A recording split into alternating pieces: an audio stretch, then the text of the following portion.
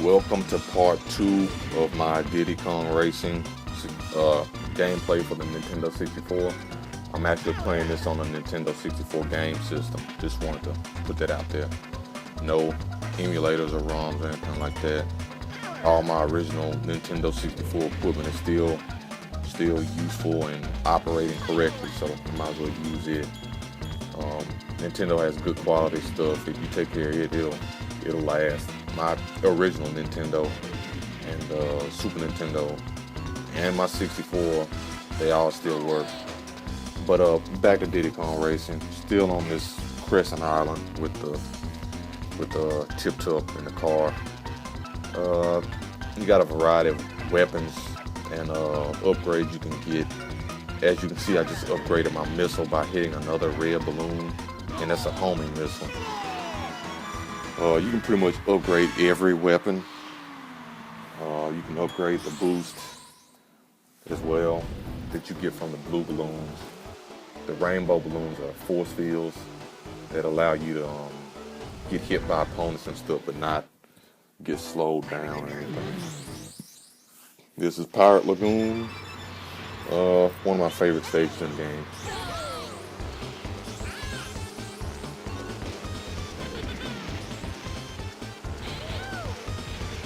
Sometimes handling this hovercraft can be rather cumbersome, especially with the lighter characters, but not a big deal. The bananas supposedly improve your top speed from what I remember hearing or reading. Don't really know if that's 100% true or not, but I know if you get hit by a missile or something like that, you end up losing 2 bananas if you have bananas. The blue balloons give you stuff you can lay out on the track to slow your opponents down, but you gotta be kind of careful because you can end up slowing yourself down too if you end up running back over it after you make a lap. Initially in the green balloons you get an oil slick, then you get a little a mine, and finally you get a bubble after you upgrade it 3 times. You simply upgrade it by getting another of that same color balloon.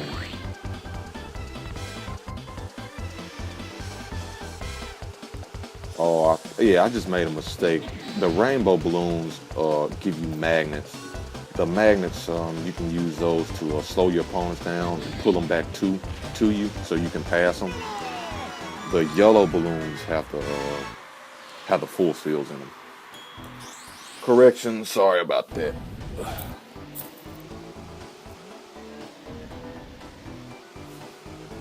You'll notice on a lot of the tracks you really don't see too many of those magnet balloons.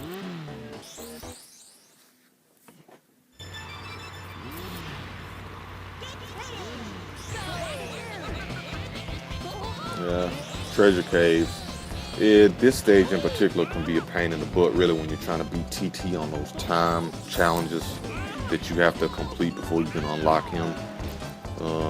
Yeah, this guy's insane in this stage. He hits every zipper perfectly. You have to be perfect to beat this guy. After you unlock TT, he starts showing up in the races and stuff like that. So a lot of the times he's gonna be your main competition because since you have to unlock him, apparently he's faster than most of the other characters.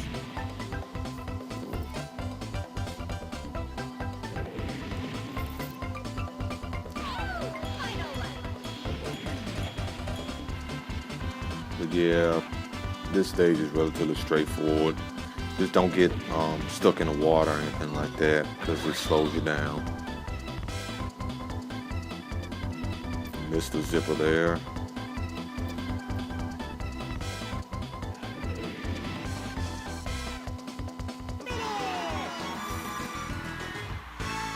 Yeah, just gonna show you some of the tracks and stuff like that. Not really trying to beat the game, but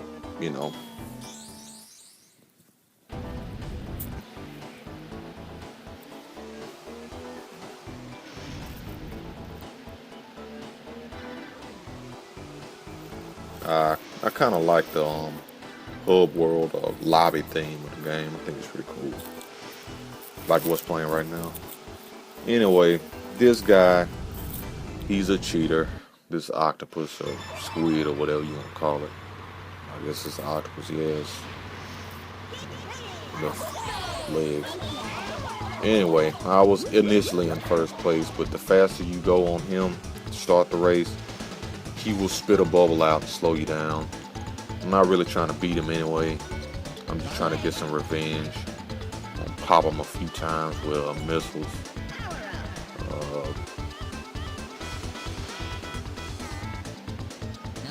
As you can see his face, pretty ugly guy. I like the noise it makes when you shoot him.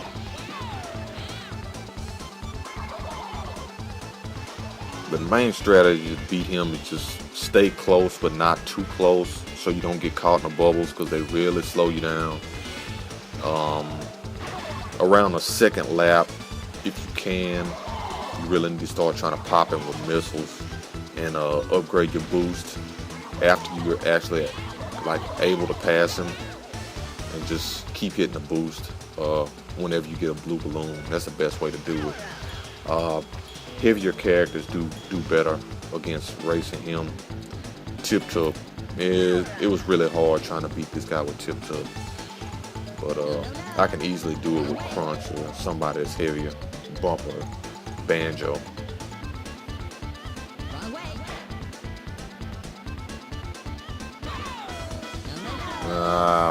Shooting fail. Whatever. Just having some fun. I think I'm gonna show you most of the bosses you had to race.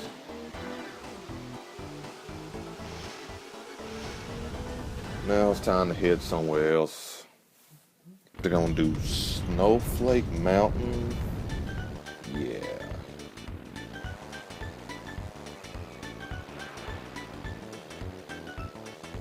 There you can see the hub world is pretty cool. You get to see the where you can make the transitions in the other areas. Yeah, this is going into Snowflake Mountain. As you can see, the music just changed too. Snowflake Mountain.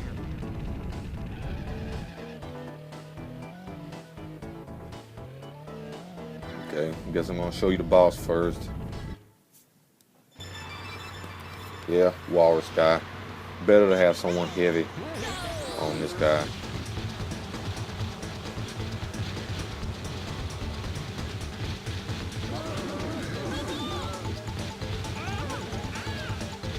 Yeah, he knocks up a lot of snow and dust or whatever. He's moving pretty fast. Best to get boost and shoot him with missiles if you can. But apparently I'm not going to win anyway, so it's not even really worth me trying. But you can see the locations where the balloons are. Need to avoid getting run over by those big snowballs or snowmen heads or whatever you want to call them. Excuse me.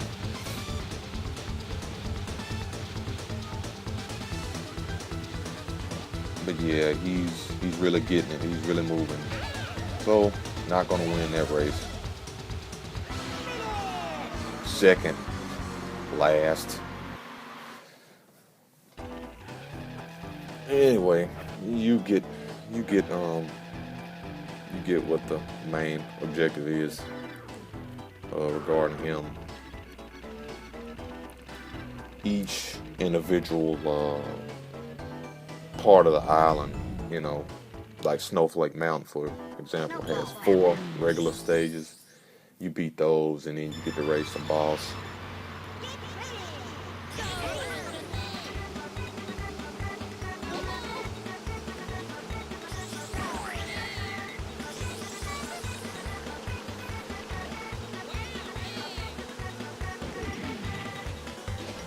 Yeah, it's kind of hard controlling this guy with this hovercraft.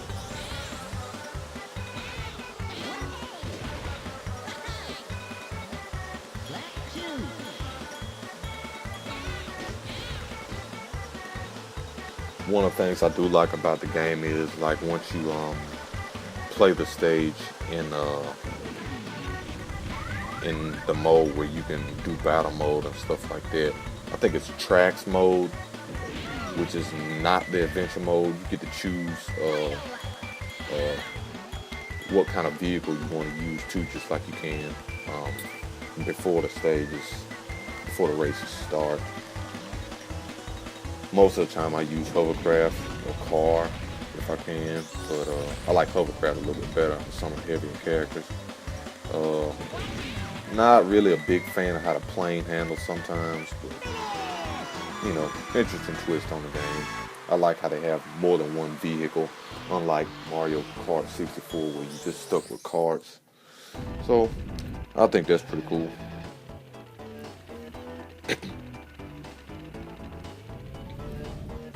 Everfrost Peak. You can use all three vehicles here, but the main suggested one is, of course, the plane.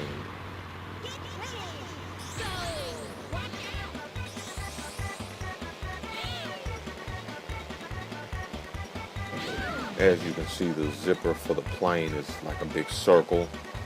The zippers for the hovercrafts, they're like dome, semi-circle shape, and they're in the water stages of Sherbet Island. And the regular zippers, like you can see below me right now, are those just for the cars. But the thing is, every vehicle can use every type of zipper. Even the plane can use those zippers that are on the ground, but you have to roll over them, and you know, it's a plane, it's not really meant to roll, so it'll end up probably slowing you down more than helping.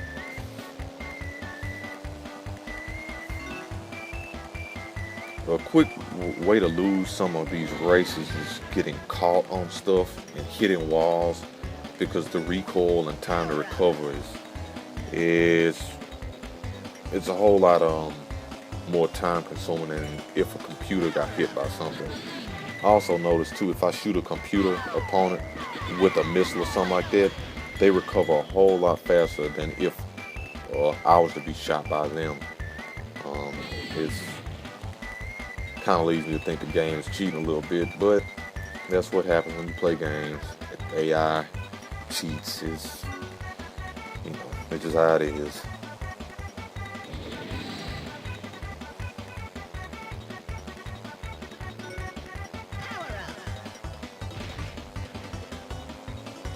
As you can see, TT is my main competition again on this race,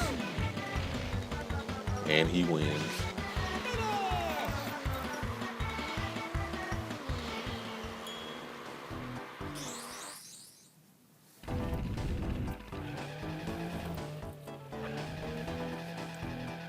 Yeah, as you can see, you can actually power slide too, which is a necessary skill to complete some of the challenges. It's also very necessary for you to use that skill when you're trying to get the coins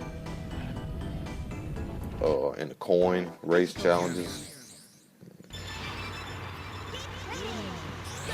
The physics of doing a power slide on this game are completely different than that of Mario Kart 64.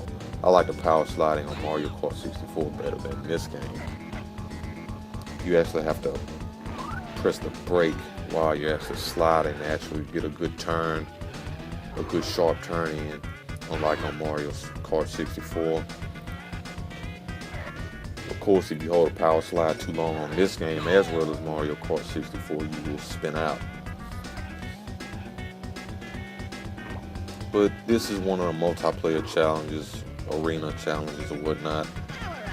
Everybody starts out with 8 bananas, just shoot each other with missiles and lay those mine things, and last person with remaining bananas wins. Pretty straightforward. But this stage in particular, the AI from the computer is very linear. It follows a really predictable pattern. Sometimes when it's just you and one opponent left and they're at the bottom of the pyramid, they don't even come looking for you. They just drive around in circles and stuff.